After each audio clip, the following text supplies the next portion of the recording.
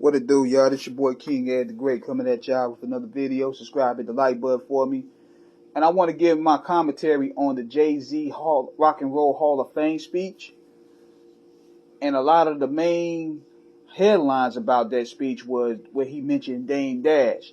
And the reason why it's a big deal, because this is the first time JayZ has mentioned Dash by name in almost 10 years. Now, I found that kind of weird that everybody that interviews Dame Dash, they ask him about Jay, but nobody asks Jay about Dame. Now, it's a few things that play an equation to this. Number one, JayZ is the sole controller of the media outlet game. I mean, Roc Nation is giving the deals. Roc Nation is giving the podcast deals. Nobody is really going to criticize Jay to a certain regard, aside from a few platforms that are pretty much underground. But they're not going to go out and really not bash JayZ, but give fair criticism of him. Now, I respect this move here for the simple fact that with Jay, you get a real good history of his come up. First of all, what I liked about the speech is he mentioned the forefathers of people who influenced him.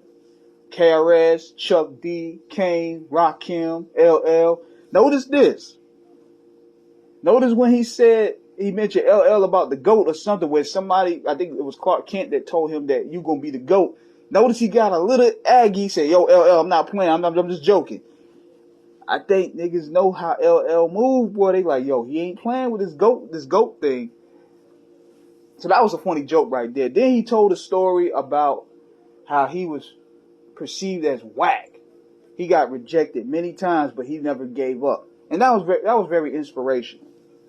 He said he went ahead and set up his own company. Then he credited Dame Dash, citing that we don't see eye to eye on everything, but I appreciate everything you've done for me, and without you, I ain't here.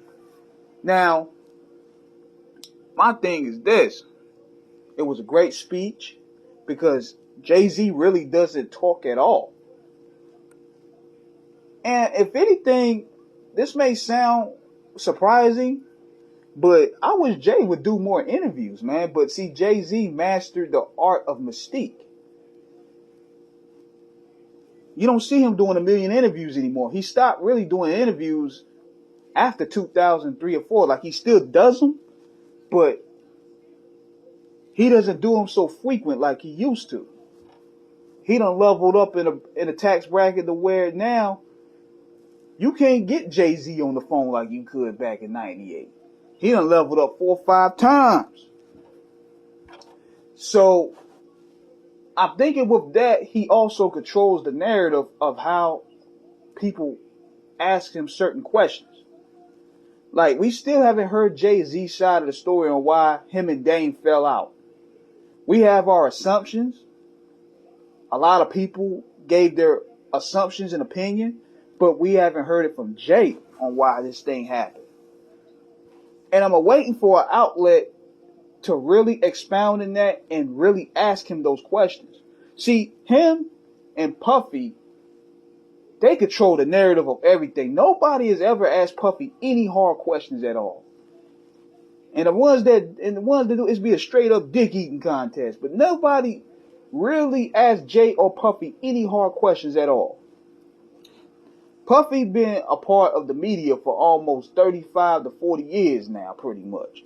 Feel like it's that long. It might be, my number might be wrong, but he been in the game a long time, and Jay been in the game a long time. And you notice with all these interviewers, they don't really ask them tough questions. And it's to a point where now people want to know about certain things. People want to know about certain things now. Okay, you got a project out, you doing this, you doing that, that's cool and fly. But us hip-hop fans, we want to know what happened to Rockefeller. Y'all fell apart at y'all peak. Y'all had a sick roster. You had Kanye, you had State Property, you had Twista coming on, you had Dipset, you had the Young Guns, Jay himself. Like, what happened here? It just fell apart. And next thing you know, it's sold. Next thing you know, Jaden took it over, took the Def Jam, and took Dame's whole label. Like, we want to know the answers, man. I mean, I'm waiting for them to get on a platform, and I'm not talking the Breakfast Club. I'm not talking Rap Radar. I'm definitely not talking about Vlad. Even though, believe it or not, Vlad might be the one to do it, to ask the hard question, but JayZ ain't taking no interview with no Vlad. They just let that point plain clear. But somebody that's respectable and not trying to brown nose need to ask JayZ and Puffy the hard questions, what people need to know.